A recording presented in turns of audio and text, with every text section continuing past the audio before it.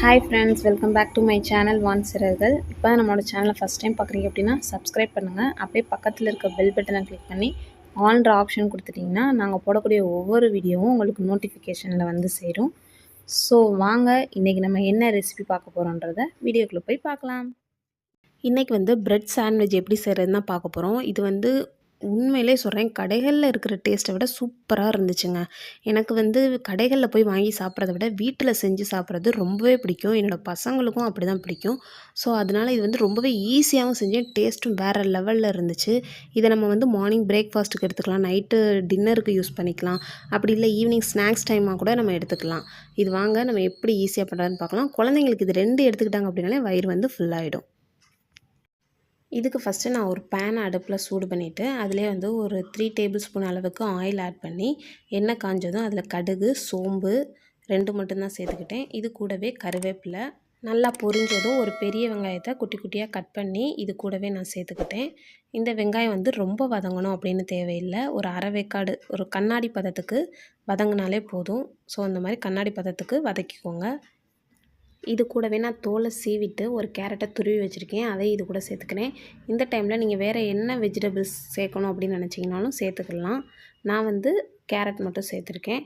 இது கொஞ்சம் நல்லா வதங்கினோடனே 1/4 டீஸ்பூன் மஞ்சள் தூள், ஒரு அரை டேபிள் ஸ்பூன் அளவுக்கு தனி மிளகாய் தூள், 1/4 டீஸ்பூன் அளவுக்கு கரம் மசாலா, இது 3 சேர்த்துருக்கேன். இந்த பொடி இதெல்லாம் கரெக்டான அளவில் நம்ம சேர்க்கும்போது டேஸ்ட் வந்து சூப்பராக வரும். இப்போ நான் தேவையான அளவு உப்பும் சேர்த்து நல்லா வதக்கி விட்டுட்டேன். இதுக்கடுத்த ஒரு 2 பொட்டேட்டோ வந்து நான் அவிச்சு தோல் உரித்து இந்த மாதிரி கட் பண்ணி வச்சுக்கிட்டேன். நம்ம குட்டி குட்டி பீசஸாக நம்ம பொரிக்கிறதுக்கு கட் பண்ண மாதிரி வச்சோம் அப்படின்னா ப்ரெட்டுக்குள்ளே வைக்கிறதுக்கு கொஞ்சம் சிரமமாக இருக்கும். அதனால நான் இந்த மாதிரி ஸ்லைசஸ் மாதிரி கட் பண்ணி சேர்த்துருக்கேன். இதையும் சேர்த்து நல்லா மிக்ஸ் பண்ணி வதக்கி விட்டதுக்கப்புறமா இதை நம்ம இறக்கி தனியாக வச்சுக்கலாம். அடுத்ததாக ஒரு இரும்பு தோசைக்கல்லில் ஒரு 1/2 டேபிள் ஸ்பூன் அளவுக்கு பட்டர் சேர்த்துட்டு இதில் வந்து ப்ரெட்டை வந்து 2 பக்கமும் டோஸ்ட் பண்ணி மட்டும் நான் எடுத்துக்கிட்டேன். நீங்கள் எந்த மாதிரியான ஸ்நாக்ஸ் எல்லாம் பசங்களுக்கு செஞ்சு கொடுப்பீங்கன்ட்டு மறக்காமல் என்கிட்ட ஷேர் பண்ணுங்கள். இப்போ அந்த ப்ரெட்டில் வந்து டொமேட்டோ சாஸ் வந்து கொஞ்சமாக ஸ்ப்ரெட் பண்ணி விட்டுக்கிட்டேன். இது கூடவே நம்ம வீட்டில் ரெடி பண்ண மயோனைஸ் தான் ஆட் பண்ணுறேன். இது வந்து உண்மையிலே டேஸ்ட் வைஸ் ரொம்பவே நல்லா தான் இருந்துச்சு. இது வந்து நான் செகண்ட் டைம் தான் வீட்டில் பண்ணுறேன், ஆனால் டேஸ்ட் ரொம்பவே நல்லா இருந்துச்சு. அடுத்ததாக நம்ம ரெடி பண்ணி வச்சுருக்க மசாலா, இந்த மசாலாவையும் நம்ம இது கூட ஆட் பண்ணிவிட்டு 2லையும் நம்ம ஈக்குவலாக வச்சுக்கலாம் மசாலாவை.